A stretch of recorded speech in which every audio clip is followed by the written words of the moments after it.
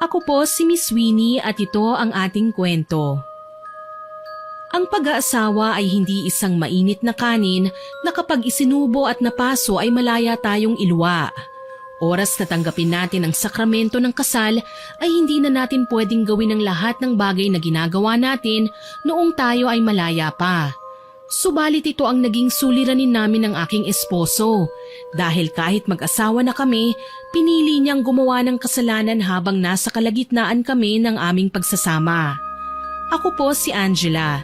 Ang kwentong ibabahagi ko sa inyo ay nangyari noong kami ay nasa mid-20s pa lamang. Parehong marupok, madaling magtiwala at higit sa lahat madaling magkasala. Hayop ka, Ivan! Paano mo nagawa sa akin to? Bakit mo ako niloko? Akala ko ba mahal mo ako? Totoo ang sinabi ko sa iyo, Angela. Mahal kita. At inaamin ko, nagkasala ako sa iyo. Pero hindi ko mahal ang babaeng yun. Ah, talaga? Hindi mo mahal pero may nangyari sa inyo? Ganun ba? Gaano katagal na kayong nagkikita, ha? Gaano katagal nyo na akong niloloko? Angela! Han! Huwag mo akong ma-Angela dyan! Lalong huwag mo akong tatawagin sa pesting endearment mong yan! Sagutin mo ang tanong ko, gago ka? Bakit ka nagloko? Bakit ka ng babae? Ano, naghahanap ka ng problema? Hayaan mo naman ako magpaliwanag, Angela. Malinaw na malinaw ang kataksilan mo, Ivan. Alin pang hindi ko naiintindihan sa mga nalaman ko? Ano, nagsawa ka sa akin? May kulang sa pagkatao ko, ganon? O baka naman hindi ka lang makontento? Hindi ako tanga! Wala akong sinabing tanga ka, Angela. Gusto ko lang na malaman mo ang rason ko. Huwag mo akong uutuin! Walang sapat na paliwanag ang panloloko! Binuntis mo pang babaeng yun? At ano, magsisimula na siyang maghabol para i-blackmail tayo? Hingan ka ng pera? Abusuhin ang mga koneksyon mo? Walang iya ka? Araw-gabi mong sinasabi sa akin na mahal mo ko, pero kaplastikan lang pala ang lahat ng yon! Ilang beses kong pinagbabayo ang dibdib niya. Galit na galit ako ng mga sandaling yon, Miss Winnie. Nasira ang pagtitiwala ko sa sarili kong asawa. Hindi ko naman intensyon na makipagrelasyon sa kanya. Nasa estado ko ng pagkawala ng tiwala sa sarili. Nalusaw lahat ng pangarap ko na matuklasan kong hindi tayo pwedeng magkaanak. Bakit? Dahil baog ako? Dahil wala akong kakayahang magbuntis? Sa tingin mo, may rason ka na para lokohin ako? Tarantado ka pala eh. Ang dami mong pinangako sa akin, Ivan. Sinabi mo pa na walang kakulangan sa akin basta masaya tayo na magkasama. Pero ngayon malalaman ko, nagpapakasasa ka sa kandungan ng iba? Masamang-masama ang loob ko sa aking asawa. Hindi ko akalaing gagawin niyang dahilan ng pagiging baog ko para maghanap siya ng ibang babae. Dinungisan niya ang malinis naming reputasyon. Paano ko ipapaliwanag sa mga magulang ko ang bagay na ito? Paano ko haharap sa mga kakilala at kaibigan ko na hindi nagbumukhang kawawa? Sa galit ko ay tinalikuran ko si Ivan. Mas lalo akong nanliit sa sarili ko. Parang may parte ng pagkatao ko ang nawasak at imposible nang mabuo ulit. Pinili ko na lang na dumapa sa kama sa loob ng aming kwarto at doon ibinuhos ang hinanakit ko sa mundo. Nilapitan ako ni Ivan. Inalo. Makailang beses siyang humingi ng tawad. Hindi ko siya pinansin hanggang sa manghina ang katawan ko dahil sa matinding pagod mula sa pagwawala at pag-iyak. Nang magising ako kinabukasan, walang gana akong bumangon. Nagpunta ako sa kusina. Nagtaka ako nang walang makitang ni isang kasambahay maliban kay Ivan. Gising ka na pala, Han. Halika, pinaghanda kita ng almusal. Ano bang meron sa almusal na yan? Kaya bang burahin ang ginawa mong kasalanan? Angela naman, wag mo nang sirain ang araw mo. Umaga pa oh. Please, mag-usap na muna tayo. Ano pa bang dapat nating pag-usapan? Tsaka may babae ka ng binuntis, hindi ba? Bakit nandito ka pa sa pamamahay ko? Pwede ba lumayas ka na? Ayoko namang umabot tayo sa ganito.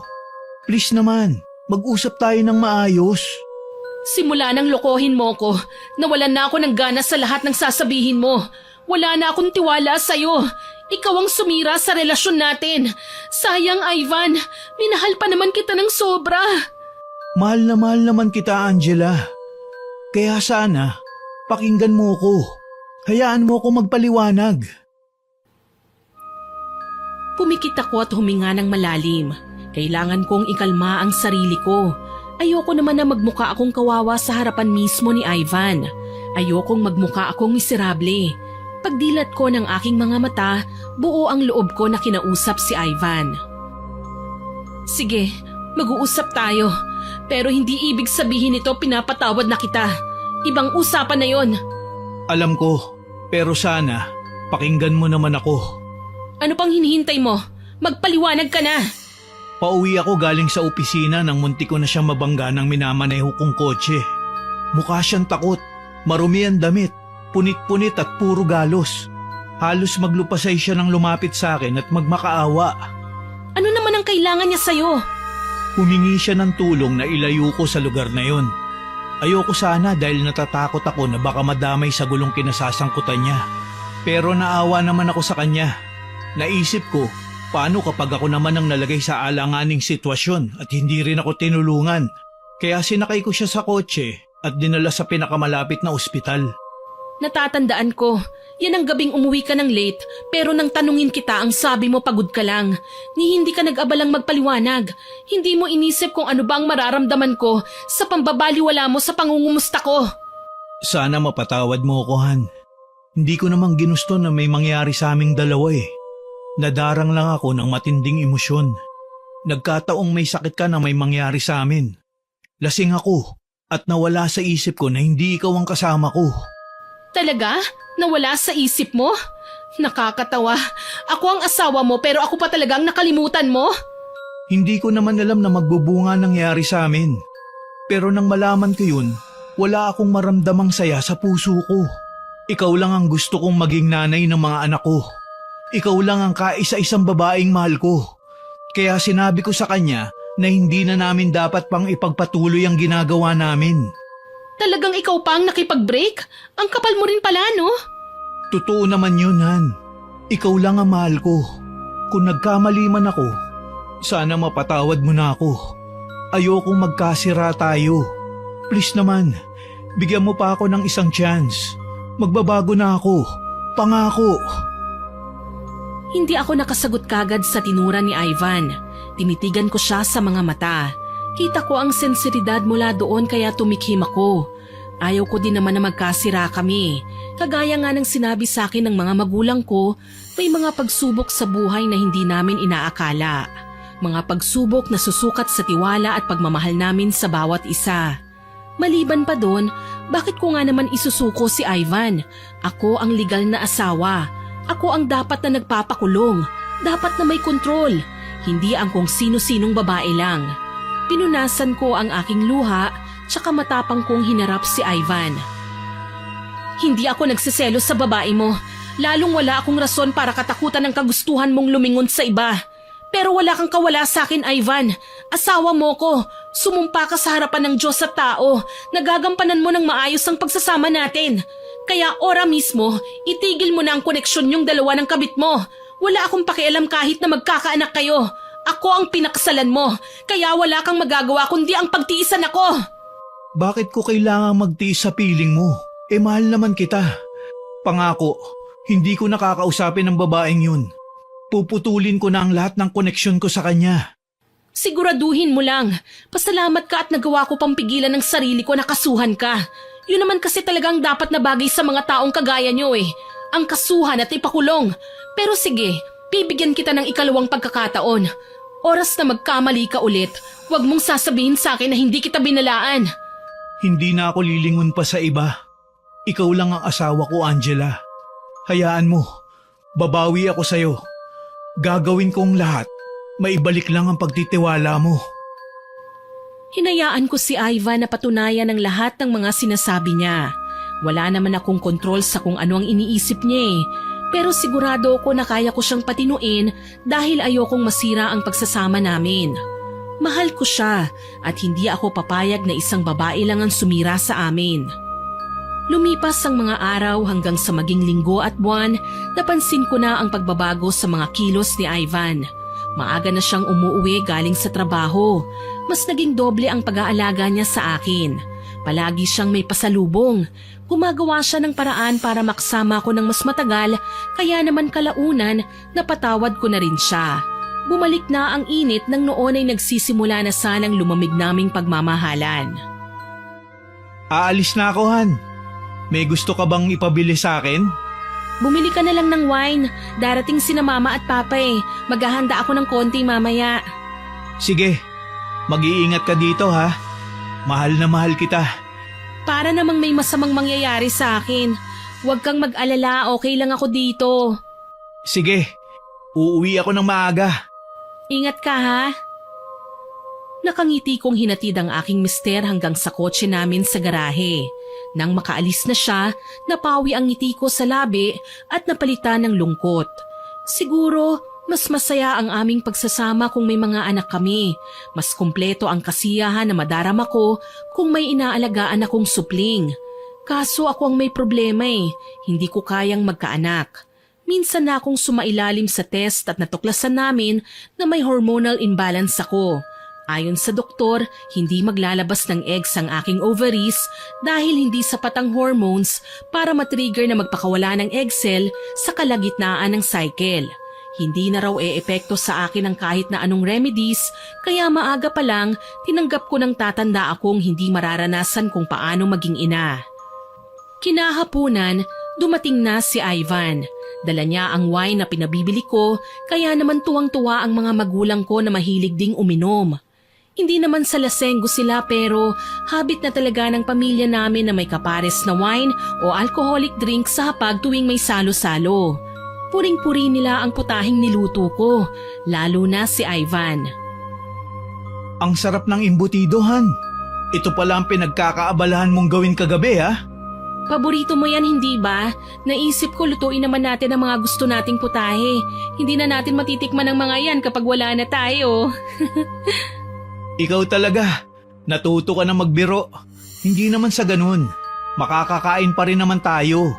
Mahihirapan na nga lang tayong ngumuya kapag nalalagas na mga ngipin natin.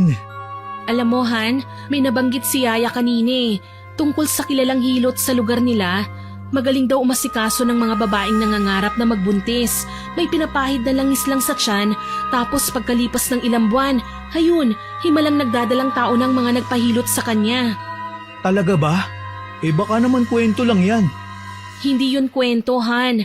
Maraming makakapagpatunay na may nagbuntis na nga. Parang himala. Sigurado ka? Parang imposible naman yatang mangyari yan. Kausapin natin si Yaya para maniwala ka, okay? Promise, pati ikaw mamamangha sa mga sasabihin niya. Sa unang pagkakataon nabuhayan ako ng loob nang malaman kong kahit ang tinaguriang baog na kagaya ko ay may pag-asa pang magdalang tao. Sabi naman kasi ng mama ko, hindi lahat ng gamot at solusyon ay nabibigay ng sensya. Minsan, ang tatahi-tahimik na herbal at makalumang paraan ng paggagamot ang maglalabas ng sikreto ng tunay na hiwaga. Han, alam kong nagkamali ako dati. Nagkasala ako sa'yo. Pero wag mo namang puwersahin ang sarili mo sa ganito. Sinabi ko naman sa'yo na tanggap ko na ang kapalaran natin, hindi ba?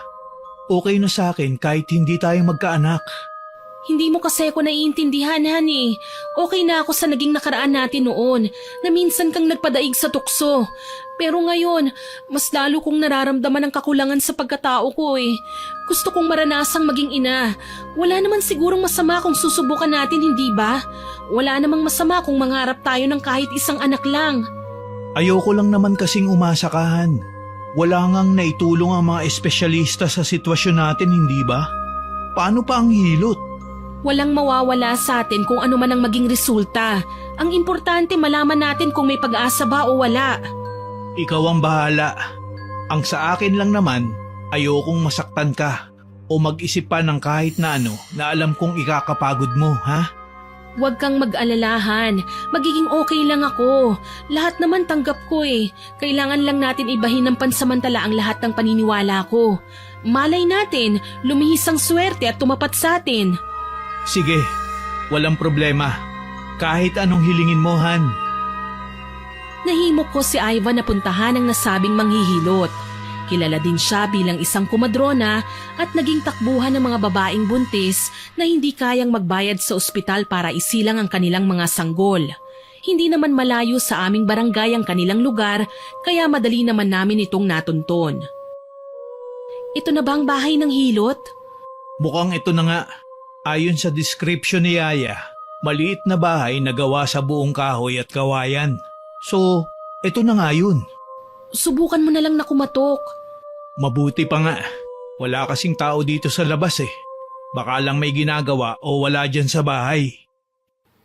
Tumango ako at hinayaan ang asawa ko na kumatok sa pinto. Iilang pagtawag pa ang kanyang ginawa hanggang sa may magbukas na ng pinto. Tumambad sa aming harapan ang isang may katandaang ginang, nakapusod ang purong puti ng buhok, nakadaster ng bulaklakin. Larawan ng medyo hikahos sa buhay. Sino sila? Magandang araw po. Dito po ba nakatira si Aling Ising? Ako nga si Ising. Anong kailangan nyo? Ako nga po pala si Ivan. Siya naman po ang asawa ko si Angela. Taga-kabilang bayan po kami. Bali nagpunta po kami rito para sana magpahilot ang asawa ko sa inyo. Bakit kailangang magpahilot ang asawa mo? Mukhang hindi naman siya buntis. Ang ibig ko pong sabihin, may iba kaming sadya sa inyo. Baka naman po pwede kayong makausap. Kung ang tinutukoy nyo ay ang paghihilot ko ng mga hindi kayang magbuntis na babae para magdalang tao, pasensya na, hindi ko na ginagawa yan. Bakit naman po? Aling Ising, maawa naman kay sa amin ng asawa ko. Matagal na kami nagsasama pero ni minsan, hindi kami nabiyayaan ng anak. Baka naman po pwedeng pagbigyan nyo na kami. Magbabayad po ako, kahit magkano. May mga bagay sa mundo na hindi kayang bayaran ng pera, lalaki. Minsan kailangan mo lang ipakita na kaya mong magbago at magpakumbaba para makamit ang mga pangarap mo. Masyadong mahal ang hinihingi mo at hindi ito kayang tumbasan ng pera. Aling Ising, kaawaan niyo naman po sana kami. Hindi naman po namin intensyon na sirain ang araw niyo eh. Pero matagal na po naming pinagplanuhan ng asawa ko ang pagpunta dito sa inyo. Gusto kong maranasan ng maging ina. Sige na po, pagbigyan niyo na ako. Hindi mo alam kung anong sinasabi mo. Hindi madali ang maging isang ina. Lalo na kung kahit gaano mo pa kamahal ang iyong anak, ay kusa pa rin siyang kukunin ng isang trahedya mula sa'yo. Masakit, mahirap, at malungkot ang maging isang ina. Ramdam ko sa bawat katagang binitiwan ng ginang ang pait at paghihinagpis, na tila ba matagal na niyang iniinda ang sakit. Kaya naman nahinuha kong baka kamamatay lang ng kanyang anak at sobra siyang nangungulila. Hindi ko maramdaman ang pagluluksa na kanyang nararamdaman, kaya hindi ko makapasa loob ko ang mga tamang salita na pwede kong sabihin para mapagaan ang loob niya. Gayunpaman, pinili kong aluin siya sa pinakamadaling bagay na pwede kong gawin, ang bumaba sa sasakyan at hawakan ng butihin niyang mga kamay. Nararamdaman kong mabait ka, Iha, pero ang asawa mo may kakaiba sa kanya. Hindi ko mawari kung ano. Pero alam kong may ginawa siya na muntikan nyo ng ikasira. Nangarap po kaming magkaanak, pero hindi po kami nabiyayaan eh. Masakit at mahirap sa parte ko dahil ako ang may problema. Sana lang matulungan niyo po ako. Gusto ko pong maging masaya. Masakit man at mahirap, titiisin ko. Ang mahalaga, malaman ko kung ano ang pakiramdam na may sanggol na nakadepende sa mga bisig ko. Pagbibigyan kita, Iha. Halika, pumasok kayo ng asawa mo. Maraming salamat po, Aling Ising.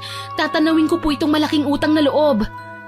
Tsaka ka na magpasalamat kapag nangyari na ang matagal mo nang pinapangarap. Maraming salamat po at pinatuloy niyo po kami, Aling Ising. Ewan ko ba, Miss Winnie, pero nararamdaman kong mabigat ang loob ni Aling Ising sa aking asawa. Yung nabanggit niya kanina, malamang may kinalaman yun sa panloloko sa akin ng asawa ko noon. Minsan na siyang nagkamali. Oo, pero hindi naman ako ganun kasama para hindi igawad ang kapatawaran. Naisip ko, masyadong maiksi ang buhay para dalhin ko ang sama ng loob. Tumuloy kami sa simple ngunit maaliwalas na bahay ni Aling Ising. Walang gaanong kagamitan ng ginang. Wala akong makitang mga appliances o kahit man lang telebisyon. Tingin ko nga, walang kuryente sa loob ng bahay na yun eh. Namataan ko kasi sa may dingding ang 2 gasera. Yun siguro ang ginagamit niyang ilawan tuwing sumasapit ang gabi.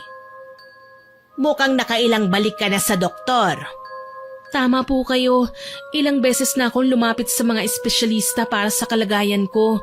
Pero pare-pareho lang po ang sinasabi nila eh. Hindi daw ako magkakaanak. Huwag kang mag-alala. Susubukan natin kung talagang hindi nga ba. Han, anong ginagawa mo dyan? Natigilan sa pagtingin-tingin sa paligid si Ivan nang agawin ko ang kanyang atensyon.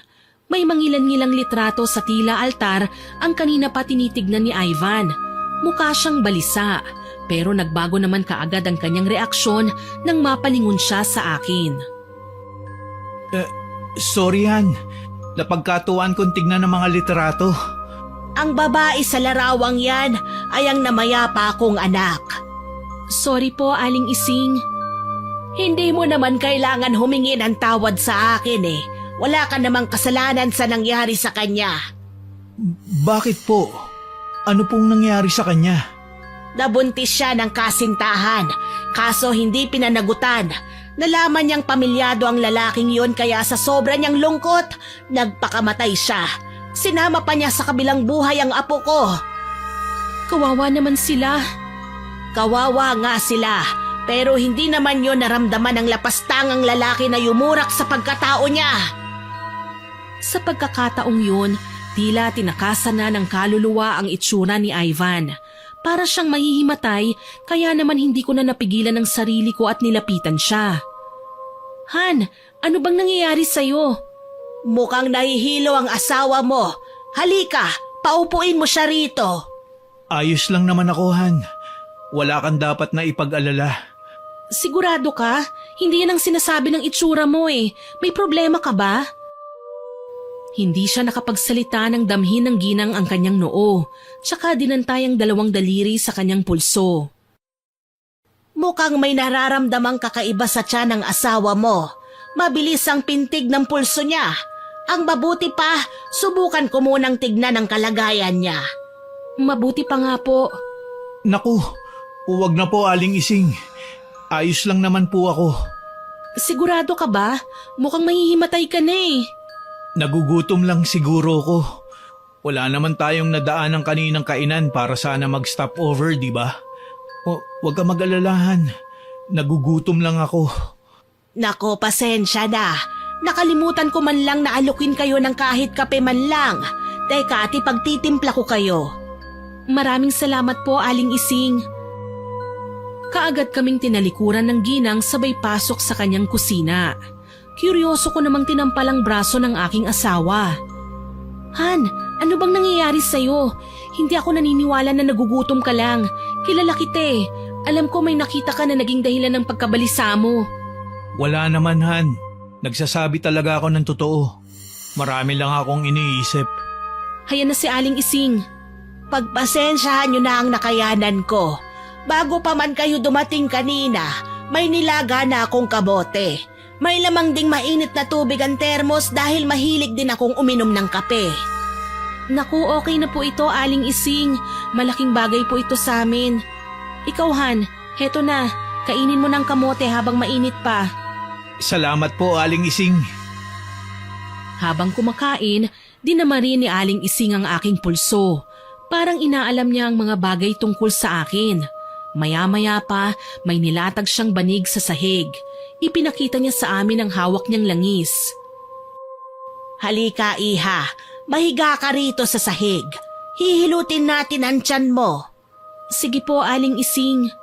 Ano po pala yung hawak nyo? Ang langis na ito ang ginagamit ko para makagawa ng milagro. Napatitig ako sa laman nun at nagulat sa nakita. Hindi lang langis ang nasa loob ng nasabing botelya. May mga lintapang nakababad. Hindik na napaatras ako nang binuhos niya ang laman nun sa kanyang kamay at aktong ipapahid sa akin. Aling Ising?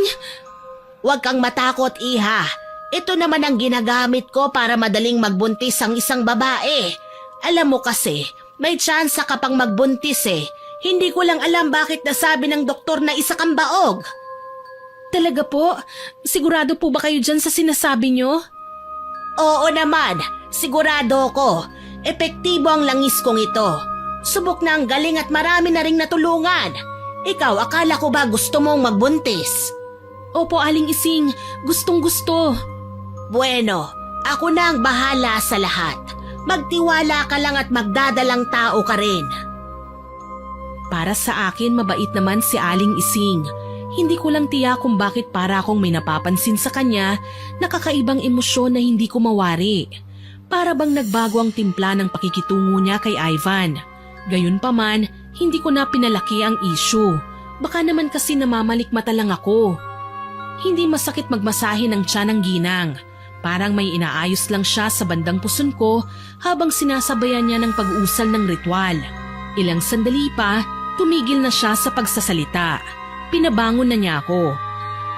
Ikaw lalaki, alalayan mo ang asawa mo sa kotse. Ingatan at wag na wag mo nang hahayaang gumawa ng mabibigat na bagay sa bahay. Tatandaan ko po.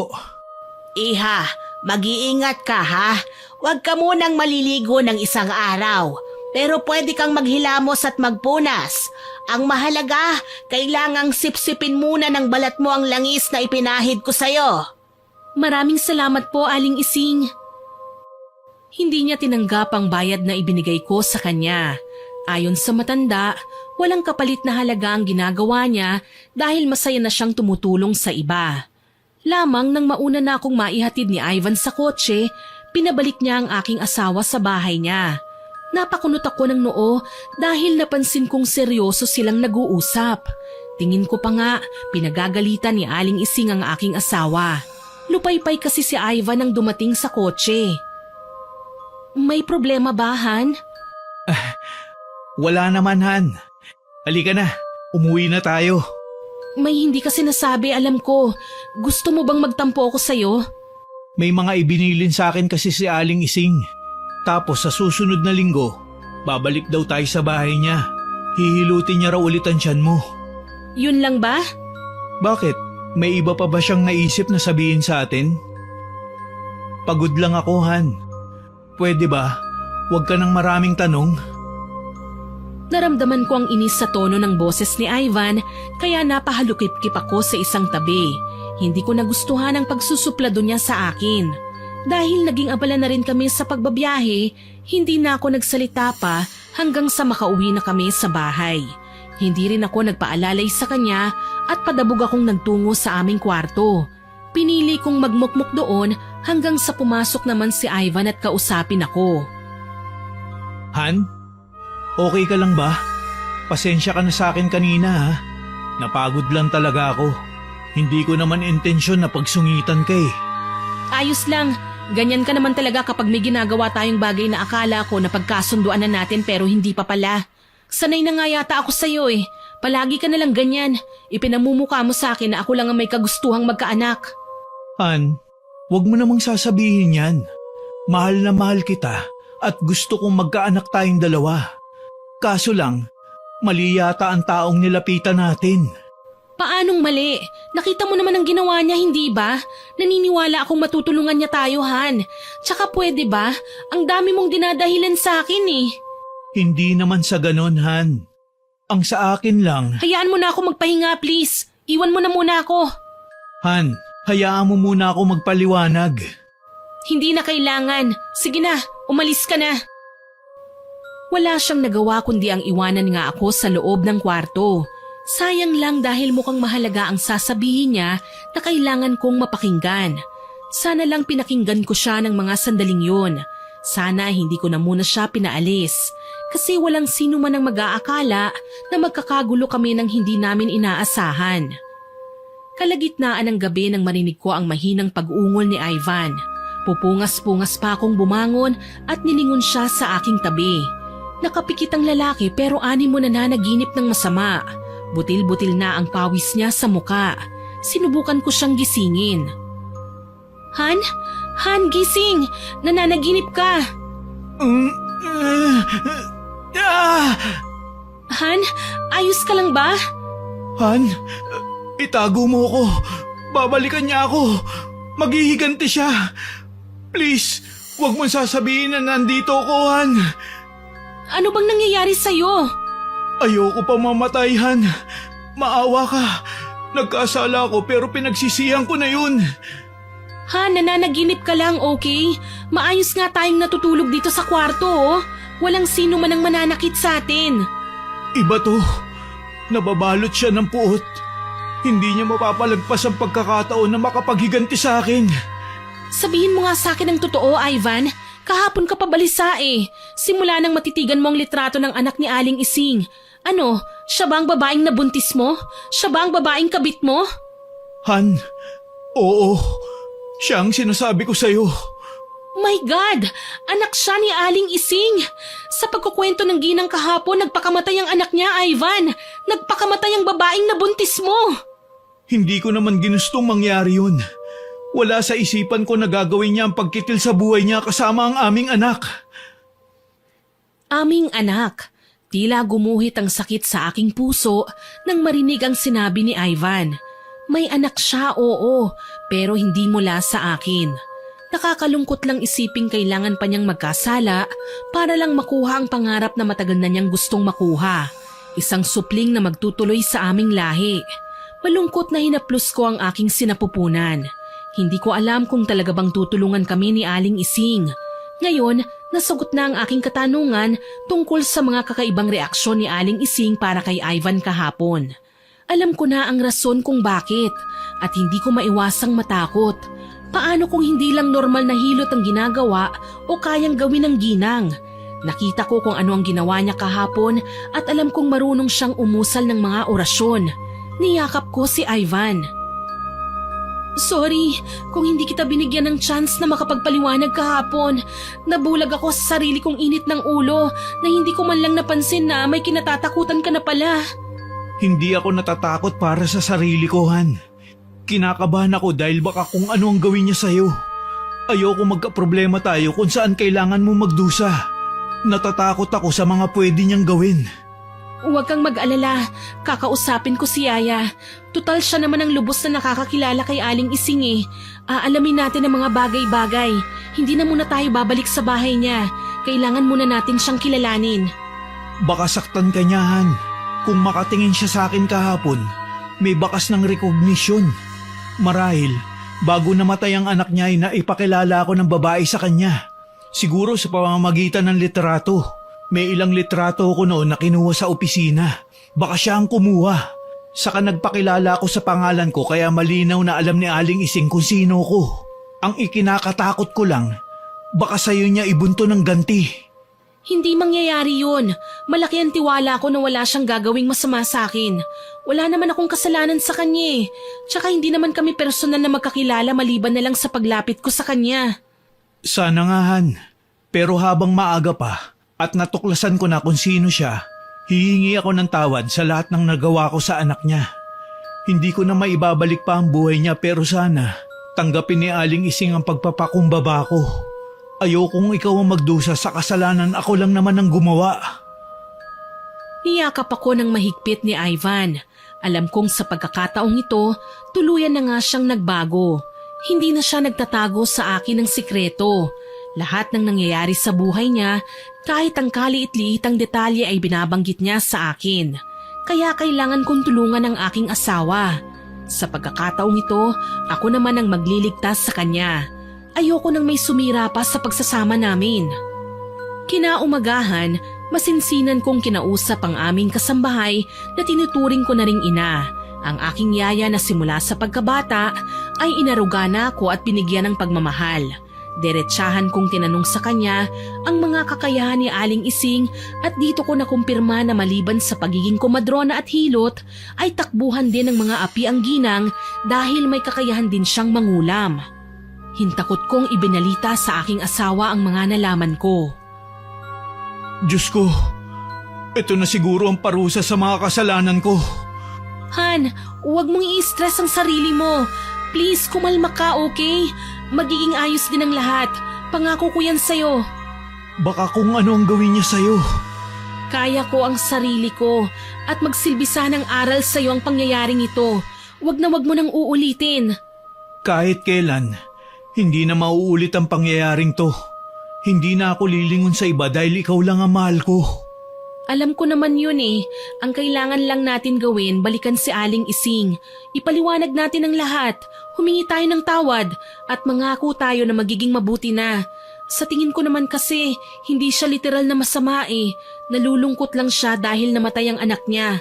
Kung tutuusin, oo at may kasalanan tayo sa sinapit ng anak niya. Pero hindi naman natin yun ginusto. Hindi natin ang hawak ang pag-iisip ng anak niya para itulak ang sarili na gawin ng mga bagay na yun. Kaya magtiwala lang tayo. Magiging okay din ang lahat. Sana nga, Han. Sana maintindihan tayo ni Aling Ising. Nang sumunod na linggo, bumalik kami sa bahay ng ginang. Sa pagkakataong yun, kakaiba na ang ngisi na iginawad niya sa amin ng aking asawa. Kinakabahan ako, Miss Winnie. Hindi ko alam kung ano pa ang kayang gawin ng isang taong matindi ang galit sa mga nagkasala sa kanya. Hindi ko naman binalak na konsintihin si Ivan dahil ako man ay sinaktan niya. Ang sa akin lang, maging okay at malinaw na sa amin ang lahat. Mas masaya kasi ang buhay kapag payapa at walang kinahaharap na mga kaaway. Magandang araw po, Aling Ising. Bumalik nga kayo. Yun po ang sinabi niyo, hindi po ba? Na bumalik kami? Umaasa po talaga kami na magkakaanak, Aling Ising. Sana po matulungan niyo kami. Hindi ako Diyos. Oo, at isa ko sa ginagamit niyang instrumento para makatulong sa kapwa. Pero nasa kanya pa rin ang desisyon kung dapat ba kayong bigyan ng supling o hindi. Bago niyo pangarapin na magkaanak, tanungin niyo muna ang inyong sarili kung mabuti ba kayong mga tao. Wala ba kayong ginawang masakit sa kapwa? Hindi ba kayo nagkasala at gumawa ng kahindik-hindik na mga bagay na dapat katakutan? Aling Ising, alam ko po ang totoo na kayo ang ina ng minsan na ay nakarelasyon ng aking asawa. Ipinagtapat niya po sa akin ang lahat. Aling Ising, alam ko pong nagkamali ako. Hindi ko po inisip na malaki ang magiging epekto ng pang-iiwan ko sa anak ninyo. Pero mahal ko po ang asawa ko. Pero nagpakamatay din ang anak ko. Hindi niya kinaya ang sakit ng panloloko mo. Ni hindi mo man lang dinalaw ang puntod niya para personal na humingi ng tawad. Nagtago ka pa talaga sa saya ng asawa mo. Ngayon sabihin mo sa akin, karapat dapat ka bang bigyan ng anak kung ganyang ang obligasyon mo nga sa ibang babae ay hindi mo naman mapanagutan? Patawarin niyo po ako. Maawa po kayo, wag niyo pong idamay ang asawa ko. Ayoko siya masaktan. Pakiusap. Kusang darating ang karma para sa'yo, lalaki. Kaya ihanda mo ang sarili mo. Walang sino man ang makakapigil sa paghihiganti ko. Napatili ako nang itulak niya kami palabas ng bakuran niya. Sapilitan niya kaming itinaboy. Ni hindi nga namin napansin ang ilan sa mga taong nakita kaming pinagtutulakan palayo.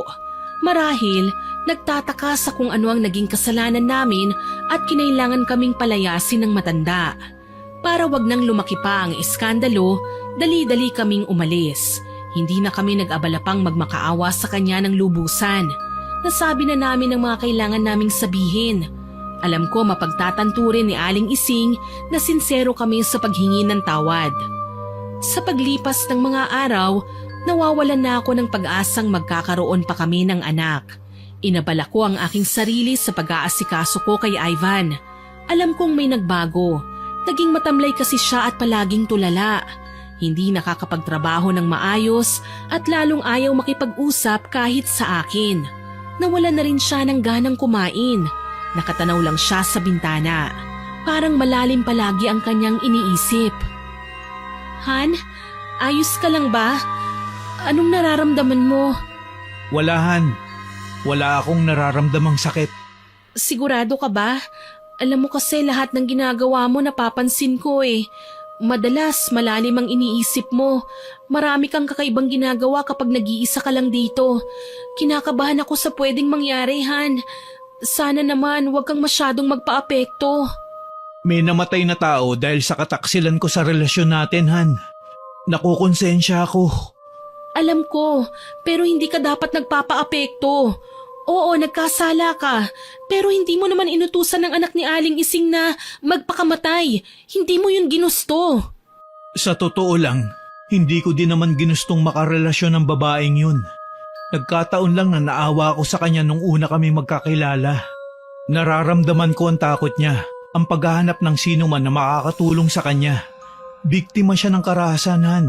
Ginusto lang niya na dumepende sa akin.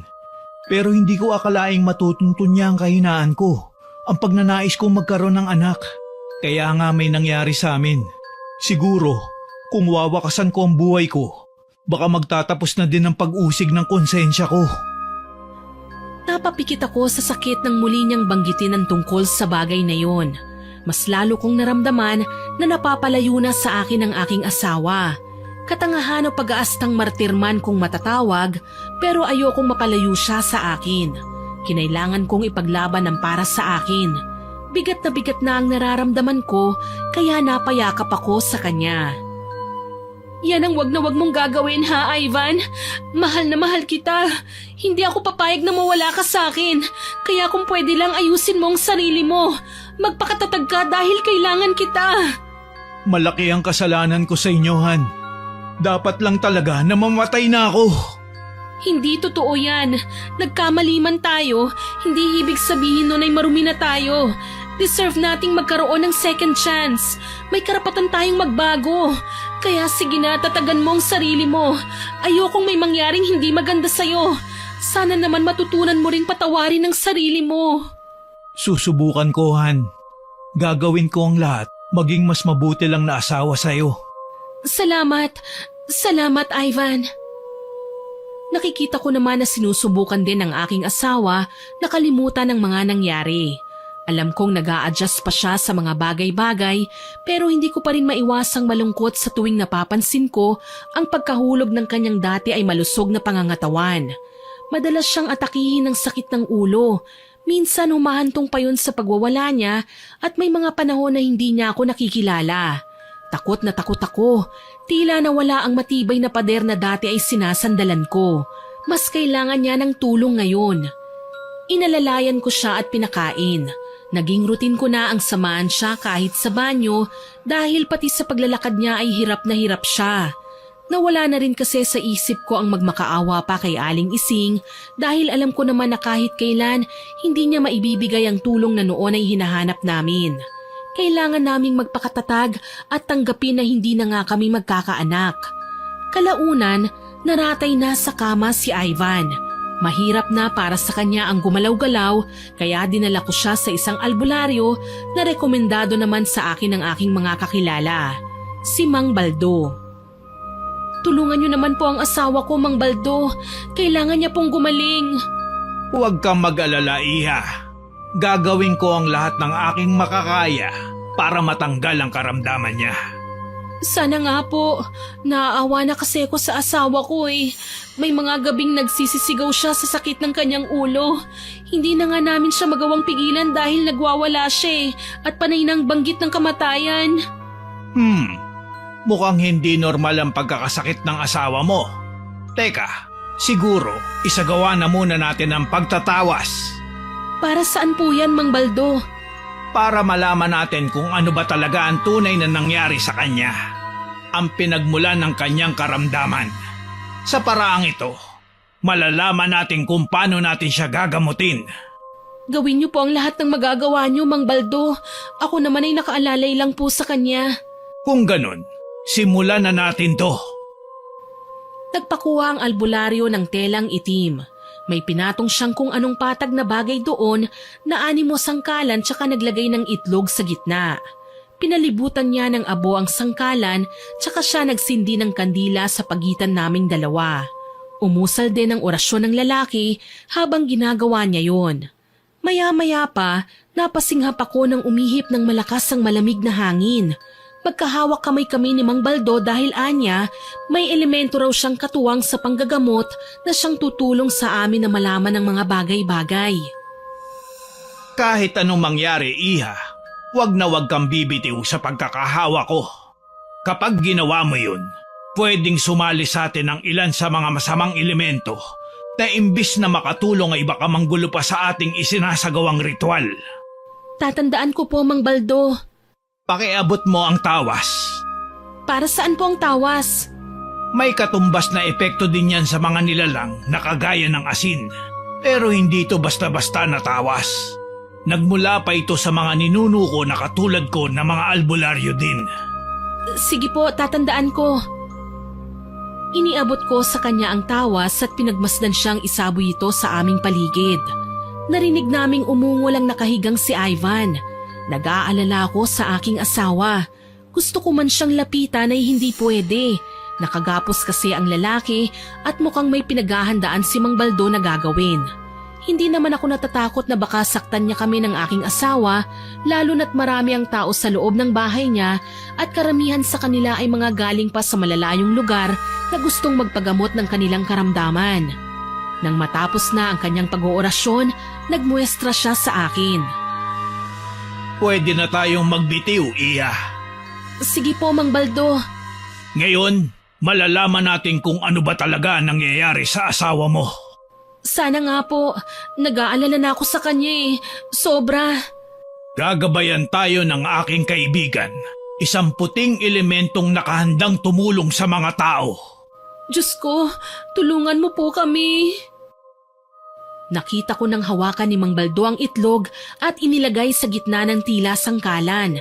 Pilit niya itong itinatayo. Napakunot ang aking noo. Paano naman niya mapapatayo ang itlog gayong may pagkaoblong ang hugis nito at talagang matutumba ito kahit anong gawin niya? Maya-maya pa, nanlaki ang aking mga mata. Hindi ako makapaniwala nang makita kong animoy may sariling isip ang itlog ng bitawan niya. Tila ba binabalansin nito ang sarili? Kapag totoo ang lahat ng sasabihin ko, mananatiling nakatayo ang nasabing itlog. Kapag mali naman, matutumba siya na kagaya ng mga normal na itlog na nawawalan ng balanse. Ano pong nangyayari? Kulam, yun ang nangyayari ngayon sa iyong asawa. Kaya siya nagkakasakit. Ano? Kulam? Paano? Wala po kaming kaaway. Walang taong may lihim na galit sa pamilya namin dahil hindi naman kami palaaway na mag-asawa. Maliban na lang sa... Nakikita ko sa aking diwa, manika ang ginamit ng pangkulam sa kanya. Sigurado ko, may kinalaman dito si Aling Ising. Aling Ising? Kita ko ang interes ni Mang Baldo sa pangalang binanggit ko, kaya naman napilitan akong ipagtapat sa kanya ang totoo. Ipinaliwanag ko kung paano nagsimula ang karamdaman ni Ivan. Muntik nang masira ang pagsasama namin noon ni Ivan, Mang Baldo, dahil sa isang babae. Ang babaeng yon tinulungan lang ni Ivan, pero higit pa sa awa ang ginusto niya, kaya nagkaroon sila ng relasyon ng asawa ko. Ginamit niyang kahinaan ni Ivan sa pagnanais na magkaroon ng anak dahil hindi ko yun kayang ibigay sa kanya. Kung gayon, ikaw ay... Baog ako, Mang Baldo. Hindi ako pwedeng magbuntis. Mas malinaw na wala akong kakayahang magbuntis. Pero kilala ko ang babaeng sinasabi mo, Iha. Ang anak ni Ising. Nasaan na siya ngayon? Yun na nga po siguro ang dahilan kung bakit niya kinulam ang asawa ko. Matindi ang galit niya kay Ivan dahil nabuntis ang anak niya pero tinalikuran lang sila ng aking asawa. Mas pinili ako ni Ivan. Hindi yun nagustuhan ng babae kaya siya nagpakamatay. At isinama pa niyang dinadalang sanggol sa hukay. Diyos ko! Pumikit si Mang Baldo at umusal ng mga orasyon. Nilapitan niya si Ivan na noon ay walang malay at hinawakan sa ulo. Nagulat ako. Nakapikit ang lalaki pero tila ba may nakikita siyang kung ano kaya naman gayon na lang ang pagkamangha ko. Maya-maya pa humarap siya sa akin. Isa itong malaking hindi pagkakaintindihan, Iha. Ha? Ano pong ibig niyong sabihin? Ang anak ni Ising, nagkamali siya ng sinabi sa kanyang ina. Nagsinungaling siya. Hindi niya sinabi ang totoo para pagtakpan ng katotohanan. Biktima siya ng panggagahasa, Iha. Biktima siya ng pang-aabuso ng isang taong minsan nang nangarap na makamit ang kapangyarihan. Naguguluhan pa rin po ako, Mang Baldo. Pwede niyo bang ipaliwanag sa akin ng mas malinaw? Nagsisimula pa lamang ako noon sa pagiging isang albularyo. Marami akong pagsubok na kailangang harapin. Lakip pa nga doon ang paggawa ng mga masasamang bagay para patunayan ang katapatan ng aking pagkatao. May nalalaman po ba kayo sa nangyari sa anak ni Aling Ising? Kinailangan kong maghanap ng isang matimtimang birhen na gagahasain upang maibigay sa akin ng kaibigan kong diwata ang kapangyarihang manggamot ng mga may sakit. Isang hindi pangkaraniwang mutya na kayang tanggalin ng kahit na anong karamdaman. Sasamahan ng abyan na magsisilbing gabay ko sa pagiging albularyo. Diyos ko, Mamamatay na noon ang aking ama. At kung hindi ako magmamadali, hindi ko na siya magagamot pa.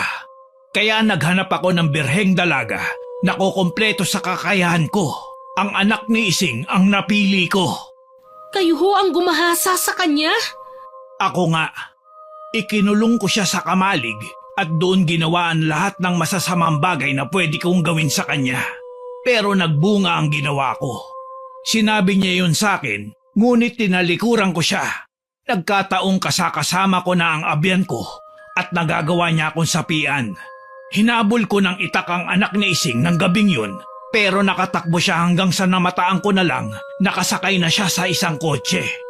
Hindi ko naman akalain ang asawa mo pala ang nagligtas sa kanya. Matapos iligtas ni Ivan ang babaeng yon, ay ilang beses pa silang nagkita hanggang sa may mangyari raw sa kanila at sinabi ng babae na nabuntis siya ng aking asawa. Malaki ang posibilidad na hindi kay Ivan ang bata kundi sa inyo. Hindi naman talaga sa asawa mo ang bata kundi sa akin. Yun ang buong katotohanan. Alam ko yun dahil ako ang nauna sa kanya. Ginahasa ko siya. Paano naman ang asawa ko? Napagbintangan siya ng manghihilot na yon. Siya ang nagdusa at nagkasakit ngayon. Huwag kang mag-alala, Iha. Itatama ko ang aking pagkakamali. Alam kong hindi na nun maibabalik ang buhay ng anak ni Ising. Pero gagawa ko ng paraan para mabawi niya ang kulam na ginawa niya sa asawa mo. Ivan, asawa ko. Bakit sa dinami-dami ng taong pwedeng parusahan, ikaw pa? Wala ka naman palang ginawang masama sa babaeng yun. Sa akin ka nagkasala. Ako lang ang dapat na magalit sa'yo. Tahana, Iha. Patawarin mo ko kung nadamay ko pa kayo sa lahat ng aking mga nagawa. Hayaan mo, gagawin ko ang lahat. Mapatawad lang kayo ni Ising. Ipapaliwanag ko sa kanya ang buong katotohanan. Napaiyak na lang ako sa labis na kalungkutan. Hindi ko alam kung kanino ko dapat na manisi. Kung kay Ivan sa pagpatol niya sa sinungaling na babaeng yon, kay Aling Ising na sige sa pagpaparusa sa amin nang wala naman palang sapat na basihan, o kay Mang Baldo na siyang punot dulo ng lahat ng mga nangyayaring kamalasan sa amin ngayon. Gayunpaman, nagpapasalamat pa rin ako na ginamot ni Mang Baldo ang aking asawa. Binigyan niya ako ng pagkakataong maalagaan si Ivan. Salamat na lang, hindi na gaanong nanghihina ang aking asawa. Kaso nga lang, may mga pagkakataon pang inaatake siya ng karamdaman. Han, tulungan mo ko. Masakit na naman ang ulo ko. Bakit? Ano bang nangyari? Halika, inumin mo muna ang herbal na binigay sa atin ni Mang Baldo. Dalhin mo na lang ako sa ospital, Han. Hindi ko na matiis ang kirot eh. Palagi na lang bumabalik. Pero Han, alam naman natin na kinulam ka. Kahit anong gamot pang ibigay nila o iturok sa'yo ngayon, hindi pa rin yun e-epekto. Palibhasa, kasalanan to ni Aling Ising eh. Ginagawa niyang lahat ng pagpaparusa sa maling tao. Alam na natin ngayon na nagsinungaling ang anak niya. Ipinasa sa'yo ang kasalanan ni Mang Baldo. Hindi ko maintindihan kung bakit kailangan niyang gawin sa akin to. Ipinaako pa niya sa akin ang anak ng ibang lalaki. Hayaan mo na, Han. Oras na malaman niyang totoo, siguradong magsisisi siya. Sambit ko kay Ivan. Lingid sa kanyang kaalaman, hinintay ko na lang na makatulog ang aking asawa at palihim na akong umalis. Sinadya kong wag nang magpaalam sa kanya dahil balak kong magpunta sa bahay ni Aling Ising. Mabuti na lang, naging maayos ang pagbiyahe ko papunta roon. Dala ko ang kotse namin dahil marunong naman akong magmaneho. Tahimik ang buong bakuran niya nang dumating ako. Ikinalma ko ang aking sarili at saka ako lumapit sa tarangkahan para kumatok. Tao po! Aling Ising! Lumabas ka dyan sa bahay mo! Harapin mo ako, Aling Ising! Anong kailangan mo? Aling Ising, nagkamali ka ng ginagantihan sa pagkamatay ng anak mo. Hindi si Ivan ang bumuntis sa anak mo. Nagsinungaling siya sa'yo. Nalaman ko mula kay Ivan mismo na biktima ng pang-aabuso ang anak mo. Ang problema lang, minala siya na mapakialaman ng isang nag-aaral noon na maging albularyo, si Mang Baldo. Kaya utang na loob, alisin niyo ang kulam na binigay niyo sa kanya. Hindi ako naniniwala sa'yo! Ayaw niyong maniwala o talagang tiwalang-tiwala kayo sa kabaitan ng malandi niyong anak? Hayop ka! Wala kang karapatang pagsabihan ng ganyan ng anak ko! Sasampalin na sana ako ni Aling Ising pero biglang dumating si Mang Baldo at pinigilan ng ginang. Totoo ang sinabi niya, Ising. Makinig ka. Ako ang may kasalanan kung bakit nagpakamatay ang anak mo. Ginahasa ko siya. Nagkamali ka ng taong pinarusahan. Hayop ka! Kung ganon, ikaw ang salarin sa pagkamatay ng anak ko! Oo, inaamin ko. Binaboy ko ang anak mo. Ginawa ko ang lahat ng pwede kong gawin sa kanya dahil ito lang ang paraan para maging isang magaling na albularyo. At nagtagumpay ako. Kay tagal kong nagluksa sa mga nangyari sa anak ko. Ilang beses ko pa siyang napapanaginipan na nagmamakaawa sa akin dahil hindi niya raw kaya ang pinagdaanan niya kaya piniling kitlin ang buhay niya. Nang makita ko si Ivan, kay laki ng galit ko sa kanya dahil siya ang pinakita sa akin ng anak ko na siyang minamahal niya. Nagkamali ka ng pinarusahan. Ako ang may gawa ng lahat. Marahil, nawala na sa katinoan ng anak mo kaya siya nagpakamatay. Hayop ka! Kung ganon, tayong dalawa ang magtutuos. Hindi ako papayag na basta ka nalang magsaya pagkatapos ng lahat ng ginawa mo! Napaatras ako nang lumagapak ang palad ni Aling Ising sa mukha ni Mang Baldo. Nanahimik ako at hinayaan na magharap ang dalawang parehong may pambihirang kakayahan. Mangkukulam laban sa albularyo. Sino kaya sa kanilang dalawang mananalo? Umusal ng kakaibang lengguwahe si Aling Ising at may hinugot na manika sa kanyang likurang bulsa.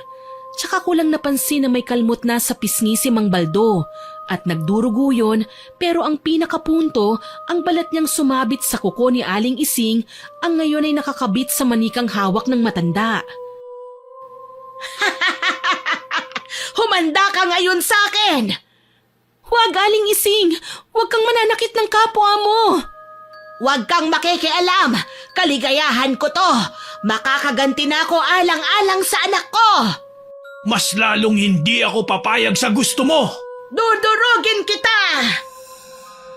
Napasigaw si Mang Baldo nang makita kong pinagtututusok ni Aling Ising ang manika. Hindi ako makapaniwala sa aking nakita. Paano naging konektado ang manika sa mga nararamdaman ni Mang Baldo sa kanyang katawan? Tawa naman ng tawa si Aling Ising na animo sinasapian ng masamang elemento.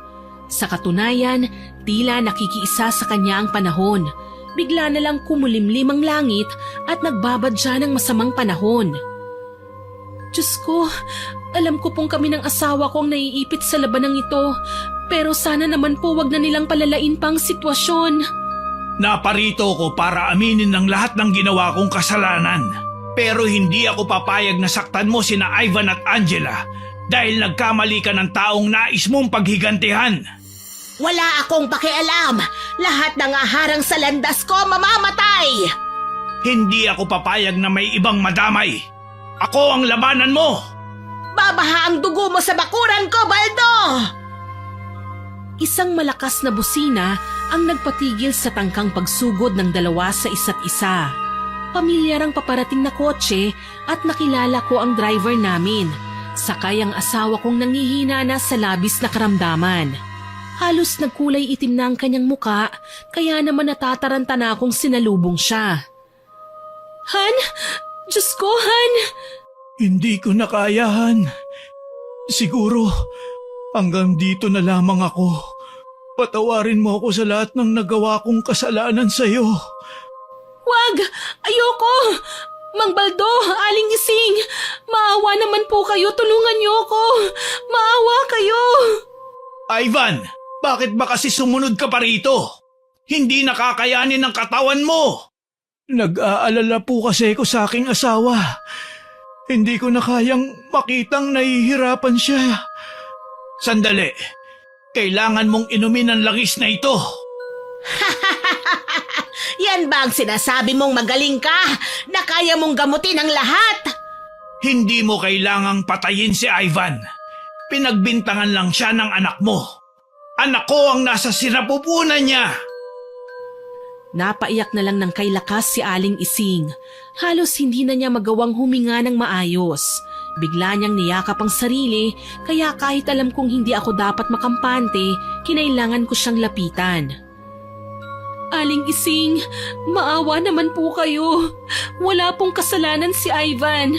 Sana naman po kaawaan niyo ang asawa ko. Nang dahil lang naman po sa pagnanais naming magkaanak kaya niya nagawang makipagrelasyon sa anak niyo. Pero ako man ay pinatawad na siya. Sana po patawarin niyo na si Ivan. Aling Ising, patawarin niyo po ako sa lahat ng nagawa ko at sa pasakit na ibinigay ko sa anak niyo. Kung ano man ang parusa na igagawad niyo, tatanggapin ko. Aling Ising, magiging masaya ba kayo kung maparusahan niyo ang taong wala naman talagang kasalanan? Siguro nga po nagkaroon sila ng ugnayan, pero alam naman natin na matagal na yung nagtapos dahil alam ni Ivan na mali ang ginagawa nila. Huwag naman po sanang isisi niyo lahat sa asawa ko ang sinapit niya dahil may kasalanan din naman ang anak niyo. Alam niyang masama ang maging kabit pero muntik na niyang inahas ang asawa ko. Muntik na niyang sirain ang pamilya ko.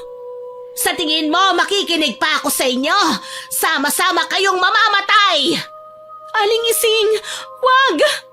Iya, huwag mo nang pilitin. Hayaan mo na muna akong kausapin si Ising. Sige na, umalis na kayo ng asawa mo.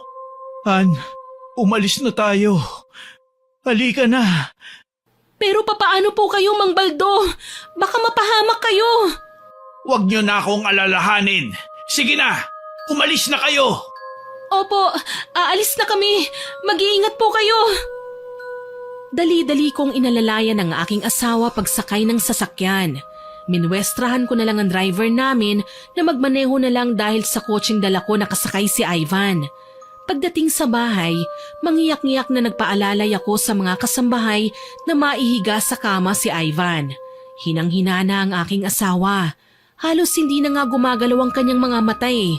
Hirap na rin siya sa paghinga kaya halos tawagin ko na ang lahat ng santa at santo para lang matulungan akong mapagaling si Ivan. Napatingin ako sa kanya nang hawakan niya ang aking kamay. Han, huwag ka nang mag-abala. Tanggap ko na ang magiging kapalaran ko. Alam ko na ngayon kung gaano kasakit ang ganti ng karma. Ito ang parusa ko sa panloloko at pagtataksil ko sa iyo. Pero Han, hindi ka ba makaintindi? Matagal na kitang pinatawad. Tinanggap ko na ang pagkakamali mong yun at wala akong balak na husgahan ka. Pero ngayon pa dumating ang karma ko. Kung kailan gusto ko nang magbago. Mahal na mahal kita, Han. Huwag ka naman sumuko, oh. Lumaban ka para sa akin. Maawa ka. Paano na lang ako kapag nawala ka? Malakas ka, Han. Alam ko naman na makakaraos ka din sa pagsubok na ito. Mas lalong lumakas ang aking pag-iyak. Ni hindi ko na alam kung paano pa poposisyon sa tabi niya nang makita kong mas naging malala na ang kalagayan ni Ivan. Nawawalan na sana ako ng pag-asa, ngunit humahangos namang dumating si Mang Baldo. Angela, Iha! Mang Baldo, mabuti po at ligtas kayo. Nasa na po si Aling Ising? Ano nang nangyari sa kanya? Hindi naman niya ako masasaktan kapag wala sa kanya manika. Tignan mo, heto ang manikang ginamit niya sa pangungulam sa akin. Ang bilis ng kamay ni Aling Ising ano? Paano niya nagawang makulam ka nang sa pamamagitan lang ng pagkalmot sa mukha niyo? Maraming paraan, Iha. Sa pamamagitan ng hibla ng buhok, pawis, laway, kuko, at mga personal na gamit ng nanaisin niyang maging biktima. Ang dami palang paraan ng pangkukulam. Nakakatakot na.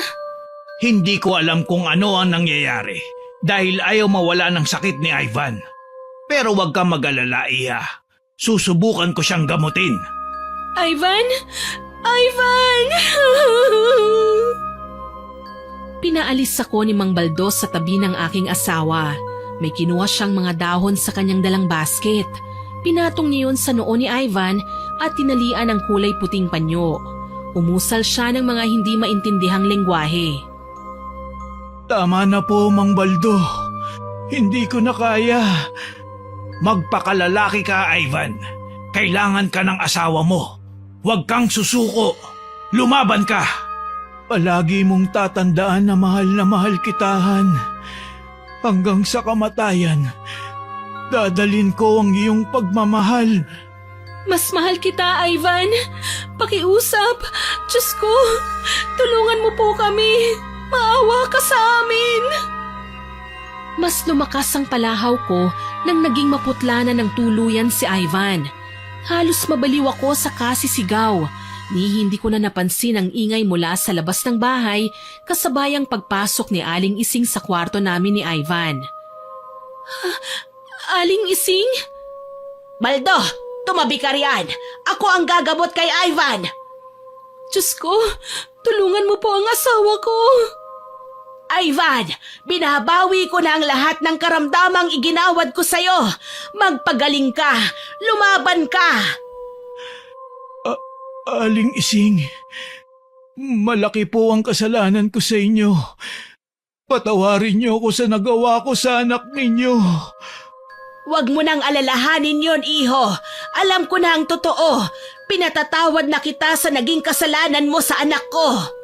Aling Ising, maraming salamat, Ising. Baka nakakalimutan mo, hindi pa tayo tapos. Magtutuos pa tayo kaya huwag kang makampante. Gagamutin ko lang ang taong napagkamalan kong naging dahilan kung bakit namatay ang anak ko. Tatanggapin ko ang kaparusahan mo, Ising. Kahit pa ang ibig sabihin nito ay kamatayan para sa akin. Kahit tanggalin mo pa ang kapangyarihan ko bilang isang albularyo. Pagbabayaran ko ang lahat. Napaiyak ako nang makitang ginamot ni Aling Ising ang aking asawa. May nakita kong dala-dala siyang munting manika na sa tingin ko ay manikang ginagamit niya para magkasakit si Ivan. Dinasalin niya ang manika at hiniwa ang ulo nun tsaka tinanggalan kung anong mabigat at medyo magaspang na bagay na nakakabit sa ulo. Maya-maya pa, pinatakan niya ng puting kandila ang manika at inutusan si Mang Baldo na sunugin yon sa apoy. Pansin ko, magandang gawing magkatuwang sa panggagamot ang dalawang magkaaway. Pareho silang magaling at may nalalaman sa mga bagay-bagay. Ilang sandali pa, napansin kong umaliwalas ang nahihirapang mukha ni Ivan. Han, anong nararamdaman mo? Parang gumanang ulo ko, Han. Wala nang nakamamatay na sakit. Talaga ba? Wala na? Huwag kang mag-alala, iha. Binawi ko na ang kulam. Napagtanto ko ng mapag-isa ko kanina na tama ka. Hindi ko dapat pinarusahan si Ivan. Hindi naman siyang dapat kong sinaktan. Tama ka rin. Wala akong karapatang manakit ng kapwa. Gaano pa niya ako nasaktan? Maraming salamat po, Aling Ising. Tatanawin po namin itong malaking utang na loob. Hindi ko akalaing magagawa ko pang baguhin ang isipan niyo tungkol sa asawa ko. Hindi ko kailanman makakalimutan ang kabutihan niyo. Huwag mo nang isipin yon, iha. Ako man ay nagkamali rin sa mga desisyon ko. Hindi ko iniisip na may mga bagay din pala na hindi sinabi sa akin ng aking anak. Na posible siyang magsinungaling dahil natatakot siya. Ako naman na siyang punot dulo ng lahat ay nakahandang tanggapin ang kahit na anong parusa. Tsaka na natin yan pag-usapan. Unahin na muna natin ang ating pasyente. Magkatulong nilang inasikaso si Ivan hanggang sa mapanatag na ang kalagayan nito. Maraming binilin si Aling Ising tungkol sa mga pagkaing pwede at bawal kainin ni Ivan, kung kailan sila babalik at kung ano ang mga kagamitang kailangan kong ihanda sa mga susunod na gamutan na kanilang gagawin. Ingatan mo ang asawa mo, iha. Balang araw, alam kong magiging maligaya rin kayo. Pasensya na sa mga nagawa ko at sa mga nagawa ng anak ko. Isang malaking pagkakamali ang ginawa kong pagpaparusa sa asawa mo. Kalimutan niyo na po yun, Aling Ising. Hindi naman po ako nagtatanim ng sama ng loob sa inyo eh. Alam ko rin naman na may parte ang asawa ko sa nangyari sa anak niyo eh. Sige na, Kailangan na naming umalis. Mag-iingat po kayo, Aling Ising. Sana po magkapatawaran na rin kayo ni Mang Baldo. Ngiti lang ang iginanti sa akin ni Aling Ising. Alam ko naman na mabait siya at magagawa rin niyang magpatawad. Makalipas ang ilang araw, naging maayos na rin ang kalagayan ni Ivan. Dahan-dahan nang nanumbalik ang kanyang sigla at nagagawa na rin niyang makapaglakad ng hindi na kailangan alalayan. Kalaunan, bumalik na ang aking asawa sa dati niyang pangangatawan. Maraming salamat, Han. Hindi mo ako sinukuan. Ginawa mo ang lahat para gumaling ako. Nawawalan na nga sana ako ng pag-asa eh. Muntik na akong sumuko. Naiintindihan naman kita, Han. Nakita ko rin kasi ang hirap na pinagdaanan mo eh. Hindi mo lang alam kung gaano kasakit para sa akin ang makita kang nagdurusa. Alam ko naman yun. At napatunayan ko na mahal mo pa rin ako sa kabila ng mga nagawa ko. Mas lalo mo lang pinatunayan sa akin na napakabuti mong asawa. Mabuti ka rin namang mister eh. Yun nga lang, madali kang sumuko. Niyakap ako ni Ivan. Wala nang ibang mahalaga sa akin kundi ang aking asawa at ang magiging kinabukasan naming dalawa. 3 buwan ang lumipas, nagising akong masama ang aking pakiramdam. Mahilo-hilo akong bumangon at lumapit sa lababo. Hindi ko na napigilang magsuka nang umiikot na ang paningin ko. Mabuti na lang saktong lumapit sa akin si Ivan kaya mabilis niya akong sinalo. Han, ayos ka lang? Ano nangyari sa'yo? Nahihilo ko, Han. Ang sama ng pakiramdam ko. Halika, dadalhin kita sa ospital. Magpa-check up tayo. Han, hindi naman malala ang nararamdaman ko eh. Ipapahinga ko na lang ito, okay? Sigurado ka? Kasi kung talagang nahihilo ka, sasamahan na lang kita rito. Hindi na lang muna ako papasok sa opisina. Han, okay nga lang kasi ko. Sige na, maligo ka na at ihahanda ko na rin ang almusal natin. Tatawa-tawang hinalikan ako ni Ivan tsaka niyakap ng mahigpit. Sige, maliligo na ako ha. Basta ipapangako mong hindi ka mapapagod dito ha. Hayaan mo ang mga kasambahay natin na gumawa ng trabaho nila. Oo naman, huwag kang mag-alala. May binili akong bagong libro kahapon. Yun na munang pagkakaabalahan ko. Mabuti pa nga. Iniwan na ako ni Ivan at pumasok sa banyo. Napapaisip naman ako kung bakit sumama ang aking pakiramdam hanggang sa hindi ko sinasadyang masapo ang aking sinapupunan. Naalala ko, ilang buwan na pala akong hindi dinadatna ng buwanang dalaw. Kaagad na kumabog ng malakas ang dibdib ko. Ngayon lang naman nangyari ito. Posible bang buntis ako? Dala nang hindi ako mapakali, binisita ko si Aling Ising sa kanyang tahanan. Nadatnan ko si Mang Baldo na nagmistulang houseboy ni Aling Ising. Siya ang gumagawa ng lahat ng mabibigat na bagay. Naging katuwang din ng ginang ang albularyo sa panggagamot ng mga may sakit. Aba, Mang Baldo, dito na rin po kayo nakatira? Oo, iya. Ito ang naging parusa sa akin ni Ising. Pero di bali na lang. Kung kailangan kong magserbisyo habang buhay, tatanggapin ko. Makakatuwa naman po yan, Mang Baldo. At least hindi na kayo humantong sa madugong labanan. Kahit papano pinili pa rin ni Aling Ising ang maging mabuti sa kabila ng lahat. Oo nga eh. Kahit papano, nababawasan naman ang konsensya ko sa mga nagawa ko. Naging mabait si Aling Ising sa akin sa mga panahong ganito. Ngumiti ako at hinawakan ang kamay ni Mang Baldo. Kahit papaano gumaan na rin ang pakiramdam ko. Sa aktong yun kami naabutan ni Aling Ising. Angela, iha! Aling Ising, kumusta? Matagal-tagal din po mula nang huli tayong magkita. Oo nga, iha eh. Ikaw, mukhang gumaganda ka ha. At mukhang hindi ka na nag-iisa. Ano po? Hindi ako nag-iisa? Oo naman. Wala ka bang nararamdaman sa katawan mo? Sa nakikita ko kasi sa'yo ngayon, mukhang buntis ka na. Napaiyak ako bigla sa kanyang sinabi. Kung ganon, tama nga ang hinala ko na may laman na nga ang sinapupunan ko. Napayakap ako kay Aling Ising. Isang milagro nga ang nangyari sa akin. Alam kong mas magiging masaya na ang samahan namin dahil magkakaroon na kami ng supling. Masayang sorpresa yon para kay Ivan. Nagpahilot ako kay Aling Ising at marami siyang sinabi sa akin ng mga bawal at hindi bawal kong gawin. Kahit papaano, alam kong hindi na kami tatanda ng malungkot ni Ivan. Iha, kahit sinabi ko sa'yo na buntis ka, lumapit ka pa rin sa mga espesyalista nang sa ganon, mabigyan ka rin nila ng payo tungkol sa dinadala mo. Alam mo naman na hanggang hilot at pagpapaanak lang ako. Pero ganyang minsan ka nang na-diagnose na isang baog, alam kong masela ng iyong pagbubuntis. Kailangan mong maging maingat. Tatandaan ko po, Aling Ising. Maraming salamat po. Iha, mabuti kayong tao ng iyong asawa. Alam kong biniyayaan kayo ng Panginoon bilang gantimpala sa pagkakaroon nyo ng malinis na puso. Ako man ay masaya para sa inyo, Iha. Pagpalain kayo palagi ng Panginoon. Magaan ang loob na umuwi ako ng bahay. Maaga pa naman kaya sinunod ko ang payo ni Aling Ising na pumunta sa espesyalista. Nagpasuri ako at abot-abot din ng kasiyahan at pagbati sa akin ng doktor. Tuloy napabili ako ng cake at masarap na ulam para sa selebrasyon namin ng aking asawa. Takang-taka tuloy si Ivan nang dumating siya sa bahay. Han, anong nangyayari?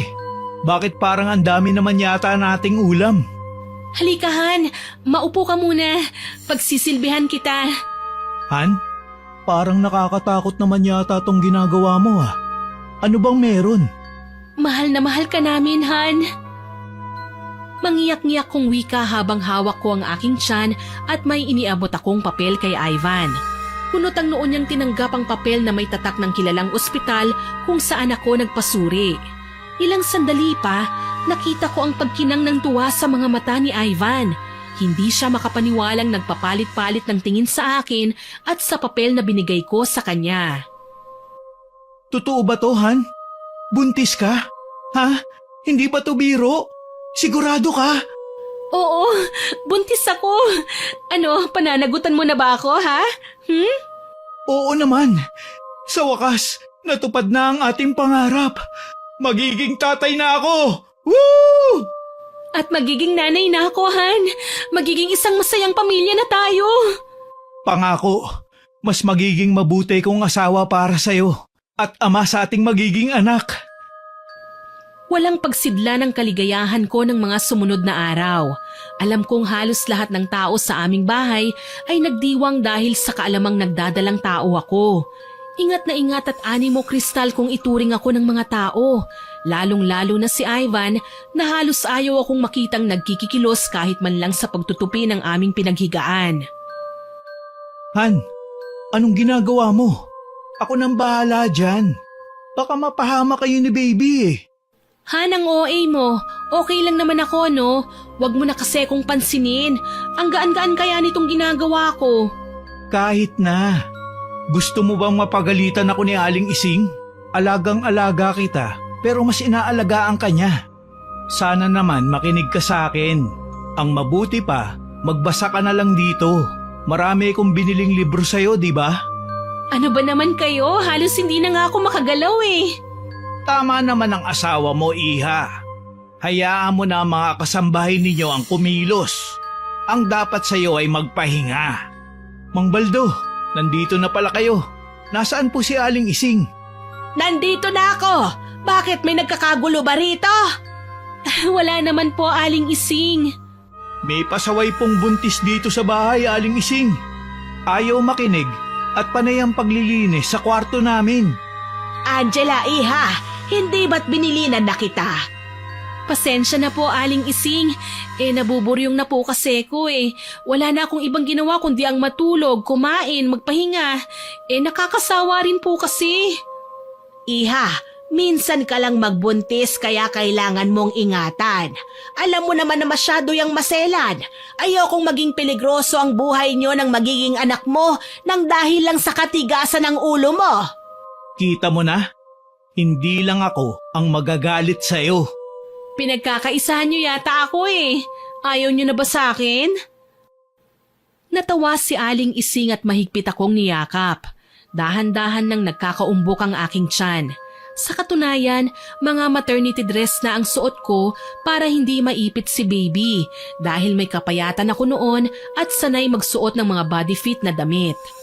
Nagkibit naman ng balikat si Ivan. Puno ng pagmamahal ang kanyang muka. Alam kong ang pagsaway niya sa akin ay hindi naman bunga ng galit kundi ang pag-aalala para sa akin. Mag-iingat ako, pangako. Hindi ko naman hahayaang may mangyaring masama sa akin, ano? Mahal na mahal kita. Kayo ng ating magiging anak. Uy, mahiya naman kayo sa amin. Puro kami single. Abay tarantado ka rin ano, Baldo? Huwag ka nang kumembot at matanda ka na. Ibigay mo na yan sa kanila. Sabay kaming natawa ng aking asawa. Alam kong napapatawad na ni Aling Ising si Mang Baldo. Patunay no ng pakikipagbiruan niya sa lalaki na tila ba nakababatang kapatid niya ang albularyo. Maraming taon kaming nagdusa at nalunod sa lungkot. Pero hindi namin inaasahan na darating din pala ang pinakamagandang regalo para sa amin. Yon ay ang pagdating ng pinakamimithi naming anak. Makalipas ang ilang buwan, maluwalhati akong nagsilang ng isang anak na lalaki. Pinangalanan namin siyang Apollo at pinuno namin ng pagmamahal at pag-aaruga. Sa ngayon maayos naman po ang aming kalagayan. May katandaan na si Aling Ising pero madalas kaming magkita. Si Mang Baldo naman kahit matandang binata ay sinuwerte pa ring makapag-asawa at masaya nilang inaalagaan si Aling Ising na itinuring na nilang pamilya. Si Ivan naman nagiging mas malambing sa paglipas ng mga araw. Kahit malaki na si Apollo, palagi pa rin niya akong dinidate, nililigawan at sinusuyo. Aniya paraan daw yon ang pagpapakita niya sa akin ng malinis niyang hangarin at purong pagmamahal para sa akin. Marami po akong natutunan sa mga pagsubok ko sa buhay. Bawat isa rito ay tinatak ko sa aking puso at isipan. Sana makapagbigay ako ng inspirasyon sa lahat ng mga mag-aasawa dyan na nangangarap din pong magkaanak. Huwag po tayong susuko. Totoo ang milagro at nakikinig sa ating dasal ang Poong May Kapal. Hanggang dito na lamang po, Miss Winnie. More power po sa inyong channel at God bless sa ating lahat. Sana po ay nagustuhan niyo ang aking ibinahaging kwento. Pero bago ko po tapusin ito, hindi makukumpleto ito nang walang shoutout sa masusugid nating listeners. Shoutout po kay Miriam Nicanor at sa Nicanor family, pati na rin kay Ate Marvic Morales na kapitbahay nilang mahilig makinig sa kwento natin. Salamat po, ma'am. Shoutout din po kay Jovel Villanueva, kay Irene Flores, Elizabeth Sune, kay Rosel Noronio, kay Koy Cabrera Sembrano, kay Ludes Dotado from Dubai. Hello din po kay Jenny V. Mariano, Dong Mariano at Adrian Franco Magtalas, kay Mary Ann Subad, kay Shirley Magalion. Shoutout din po kay Arlene Encarnacion Lopez, kay Jolina Tapel at sa family niya. Salamat po sa pakikinig nyo. Kay Virgo Girl YT Channel from Hong Kong, kay Cassie Barcelona. Hello din po kay May Arizumi na nagagandahan po sa mga kwento natin at sa boses ko. Salamat po, ma'am, at nagustuhan ninyo. Hello din po kay Marosve Fabella at sa dalawa niyang anak na sina Pauline at Prince, kay Victor Dumingsil na hindi raw po niya namalaya ng bagyong Lando dahil sa pakikinig sa atin. Thank you so much po sa pakikinig. Shoutout din po sa Castellanes family, kay Ana Carrion na naiinis daw po sa dami ng ads, pero maganda ang kwento kaya tinapos niya. Naku, pasensya na po, Ma'am Ana. Si Whitey po kasi ang naglalagay ng ads eh. Pero salamat po at nakinig kayo at natapos ang kwento natin. Shoutout din po kay Ermi Aldaya, kay Nora SSM, kay Credit Collection 366, kay Ma'am Wilma Leses at sa mga anak niyang magbe-birthday ngayong September, kay Donna Leses ngayong September 28 at kay Shaireen Leses na magbe-birthday naman ngayong September 30. Advance happy birthday po sa inyong dalawa. Hello din po sa mga regular listeners po natin kagaya nila Ma'am Barbilin, kay Alfreda Alano, kay Ma'am Vicky Toleroso, kay Ma'am Pamela Allen, kay Rochelle Reanzales, kay Francisco Neng, kay Ivy Vizca, kay Aisel Mays, kay Ma'am Milrose Demate, kay Maymay Hernandez, kay Sir Kimpoy Feliciano, Ma'am Lydia Lopez, kay George Ativo at sa mga taga Rizal na nakikinig sa atin at kay Ma'am Alma Flores. Maraming salamat po sa inyong lahat na nag-comment at nakinig. Abangan niyo po sana ang mga susunod ko pang upload ha. At huwag po ninyong kalilimutang mag-subscribe, like, share and comment sa mga kwento natin. Para po malaman nyo kung may bagong upload tayo, pindutin lang po ninyo ang notification bell para mabilis nyo itong makita. Aasahan ko pa rin po ang inyong suporta ha. Muli, ako po si Miss Winnie na nagpapasalamat sa inyong pakikinig.